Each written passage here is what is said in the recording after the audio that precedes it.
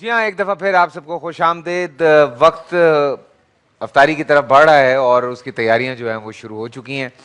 थोड़ा सा सब्र उसकी ज़रूरत है, लेकिन उससे पहले मैं हमारे एक दोस्त मुझे ट्विटर पे मिले, उनसे मेरी बात हो रही थी और उन्होंने मुझे एक बात कही और मैंने कहा क्यों नहीं, अगर आप आना चाहते हैं तो बिल्कुल तशरीफ़ ले आइए। नादिर उनका नाम है, इस वक्त मेरे साथ यहाँ स्टूडियोज़ में मौजूद हैं।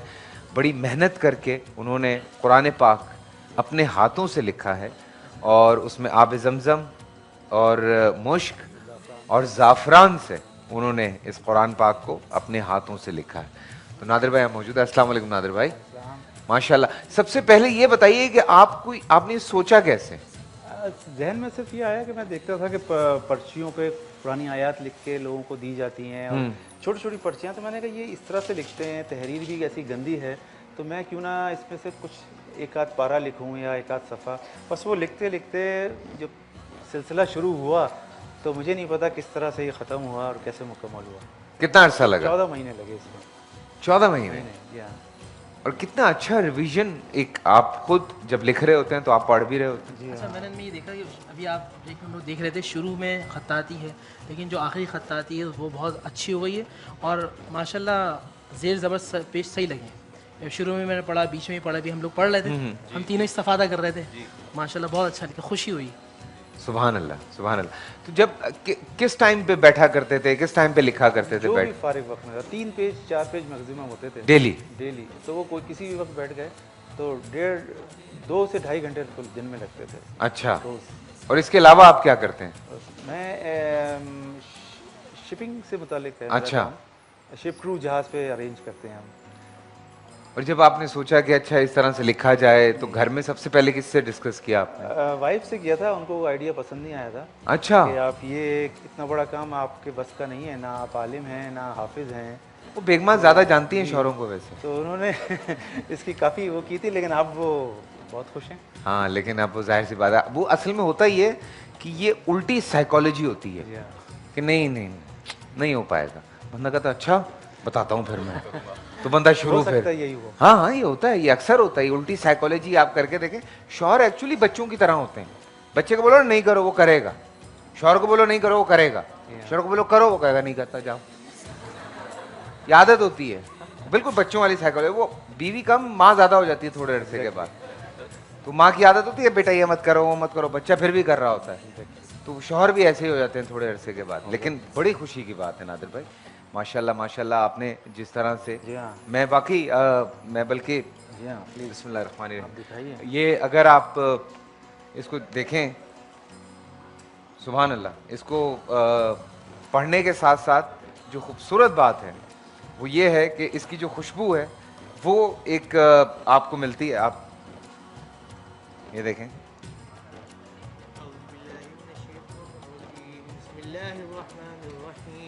अल्हम्दुलिल्लाहिल्लज़ी अंज़ल अला अब्दिहिल किताब व लम यजअल लहू इवजन क़य्यिमन लियुनज़िरा बअसन शदीदन मिन लदुन्हु व युबश्शिरुल मुमिनीना अल्लज़ीना यअमलूना अस्सालिहाति अन्ना लहुम अजरन हसना। सुभान अल्लाह, सुभान अल्लाह, सुभान अल्लाह। खुशबू आई आपको, है ना? सुभान अल्लाह। और ये एक बड़ी ज़बरदस्त चीज़ है वाकई। मुझे बड़ी खुशी हुई जब मुझे ऐसे दोस्त बताते हैं। अभी कुछ एक दो और दोस्त हैं मेरे जो कि ये बात कर रहे हैं कि जी, किसी ने मुझे कहा कि मेरे पास 152 ईयर्स ओल्ड कुरान पाक है। कोई इस तरह से जो मुख्तलिफ जगहों पे हैं। ज़ाहिर सी बात है हम अपनी ट्रांसमिशन में लगे होते हैं, नहीं इतना भाग दौड़ कर पा रहे होते। तो I am very thankful to all those people जो ख़ुद हमसे कांटेक्ट करते हैं और आना चाहते हैं। ये वाकई एक ऐसी चीज़ होती है जिस पे आप लोगों को अप्रिसिएशन मिलनी इसकी चाहिए। बस खूबसूरत ये कि हिस्ट्री में कभी भी मुश्क ज़ाफ़रान से कुरान शरीफ नहीं लिखा गया। सोने से लिखा गया, चांदी से लिखा गया, मुश्क ज़ाफ़रान से कभी नहीं लिखा, क्योंकि इसकी इंक पिछली तरफ से निकल जाती है। अच्छा। ये पकड़ में नहीं आती, तो इसके लिए स्पेशल पेपर प्रिंट करवाया। कई पेपर ज़ाया होते थे, आधा आधा पेज में पीछे से इंक, इसकी बनी हुई इंक बाहर आ जाती थी। अच्छा। तो बस बहुत एहतियात से गाढ़ा करके, जितना गाढ़ा करेंगे उतना ज़्यादा और मकदार में लगेगा और महंगा होगा। अच्छा। तो काफ़ी इस पर रकम भी काफ़ी लगी है। सुभान अल्लाह, सुभान अल्लाह, सुभान अल्लाह। ये जनाब आपकी अमानत है और बड़ी खुशी हुई मुझे कि आपने ये खूबसूरत एक चीज़ की है। बड़ा अच्छा लगता है। मेरे ख़्याल से हम सब समहाउ अपने अपने मज़हब से जितनी मोहब्बत करते हैं, तो थोड़ा थोड़ा मेरे ख्याल से हम लोगों को साथ साथ उसमें जो पार्टिसिपेट करना चाहिए और करते रहना चाहिए। बाकी मुफ्ती साहब, आप कुछ रोशनी डालना चाहें? देखिए, कुरान मजीद फ़ुरक़ान हमीद के बारे में सबसे बड़ी बात यही कि अल्लाह सुब्हानहू व तआला कलाम है।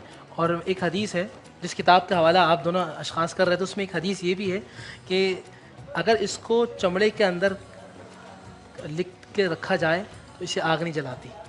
और कल क़यामत में जो हुफ़ाज़ कराम होंगे, जिनके सीने में अल्लाह का कुरान है, जब वो जहन्नुम में जाएंगे और जहन्नुम उनको आग से नहीं जलाएगी, तो जहन्नुम ही कहेंगे कि ए जहन्नुम, तू इन्हें क्यों नहीं जलाती? तो जहन्नुम कहेगी, मैं कैसे जलाऊँ, उनके सीने में कुरान है। सुभान अल्लाह, सुभान अल्लाह। और कुरान मजीद फ़ुरक़ान हमीद की अज़मत के बारे में क्या कहना कि जब बंदा कुरान मजीद फ़ुरक़ान हमीद को पढ़ना शुरू करता है, ज़मीन से लेकर आसमान तक फ़रिश्तों की लड़ी बन जाती है। और जिस घर में कुरान पढ़ा जाता है वो ऐसा चमकता है कि जिस तरह ज़मीन वालों के लिए सितारे चमकते हैं। लेकिन फिर मेरा वही सवाल, क्योंकि आज नई पब्लिक है, नए लोग हैं, क्या शायद हमें देखने वाले भी नए हों, फिर वही सवाल कि क्या सिर्फ कुरान पढ़ने से सवाब मिलता है या कुरान पढ़ के उस पर अमल करने से सवाब? कुरान पढ़ना सवाब, देखना सवाब, छूना सवाब, इस पे अमल करना दुनिया का सबसे बड़ा सवाब। कुरान में क्या ना, ज़ालिकल किताबु ला रैब फीह हुदल लिल मुत्तकीन, ये हिदायत है मुत्तकीन के लिए। आप मुझसे सवाल करेंगे, कुरान मजीद तो पूरी इंसानियत के लिए, मगर अल्लाह ने अपनी आयत की इब्तदा की अलिफ लाम मीम ज़ालिकल किताबु ला रैब फीह हुदल लिल मुत्तकीन, ये वो किताब है जो हिदायत है मुत्तकीन के लिए। तो जहन में सवाल उठता है, परवरदिगार, क्या इससे मुसलमान मोमिन दूसरे लोग इस्तेफ़ादा नहीं करेंगे? कहाँ करेंगे, मगर इस कुरान से इस्तेफ़ादा वही करेगा जो मुत्तकी होगा। सुभान अल्लाह, सुभान अल्लाह।